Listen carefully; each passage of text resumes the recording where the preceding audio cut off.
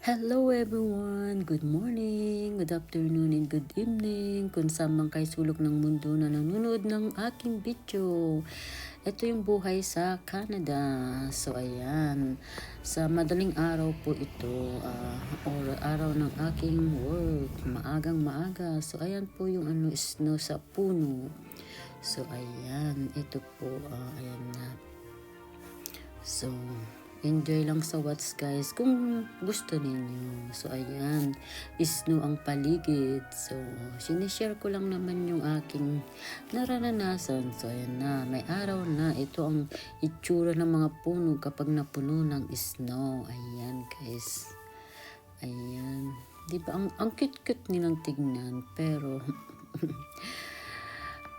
masaya bang tignan yung mga maputi sa puno na walang dahon? Ayan guys, so ito yung gilid-gilid ng aking lugar. Ayan, nag-snowstorm guys. So ito ang ang buhay sa Canada.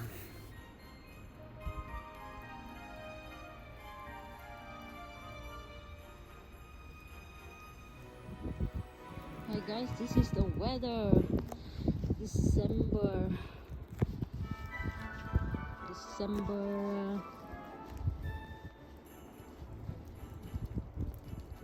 December 10. Ayan o. Lamig.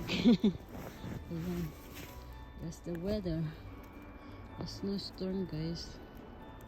A snowstorm. Ayan. Snowstorm. Snowstorm. Ayan. Mag-snow all day guys. Ayan. Ayan guys. Snowstorm. Guys. Ayan. Tingnan nyo ang puno. It's windy guys. Ayan o. Yung snowstorm. Nandito ako sa work. Snowstorm today. Ayan. Ayan yung pa ako guys. Oh. So ito naman guys. Enjoying na nagpa-picture sa snowman. Kararating ko galing ng work guys. So ito yung araw-araw kong buhay sa Canada. Snowstorm. Ginawa ng anak ko yung aking snowman. Ito ang itsura ko. Kaya galing sa work. So, ito. Ayan, hawak-hawak ko pa yung ID ko guys. Ayan. So, enjoy. Ang lamig guys, ang lamig. Tapos yung lakas ng snow. So, ayan, tingnan yung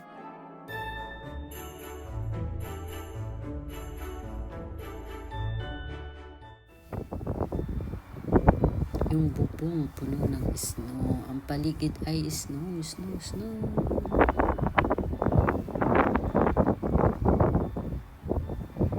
Ang cute ng snow. So,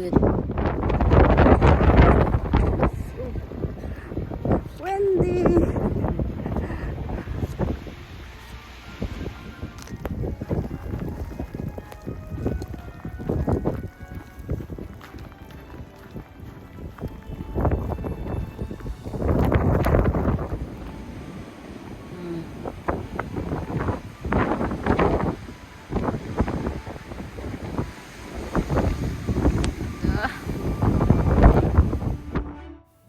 So ayan guys, so ang paligid ay mahangin. So ito, pauwi na guys.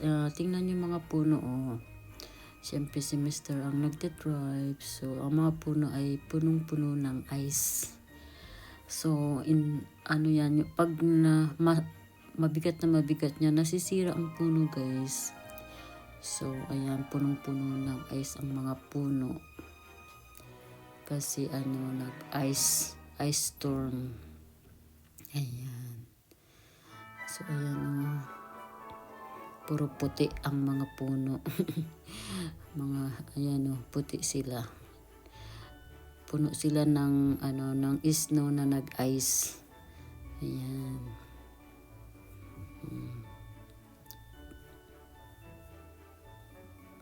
So, ayan. Ayan na yan. Tignan nyo yung ice guys, oh. So, Thank you for watching. Thanks for coming, guys. So, ayan. So, ito yung guys. So, ito yung aking kotse.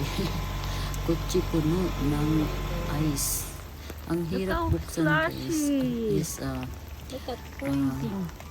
ang hirap. Freezing. Pinilit ko para mabuksan yung ano. Ang hirap buksan yung kotse. Ayan, puro ice.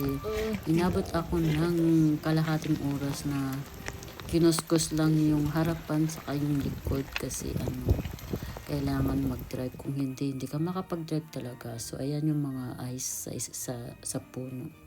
So, ayan. Ang gandang tignan, but hindi maganda sa puno. Well, thank you for watching, guys. So, God bless us and see you next time. Bye!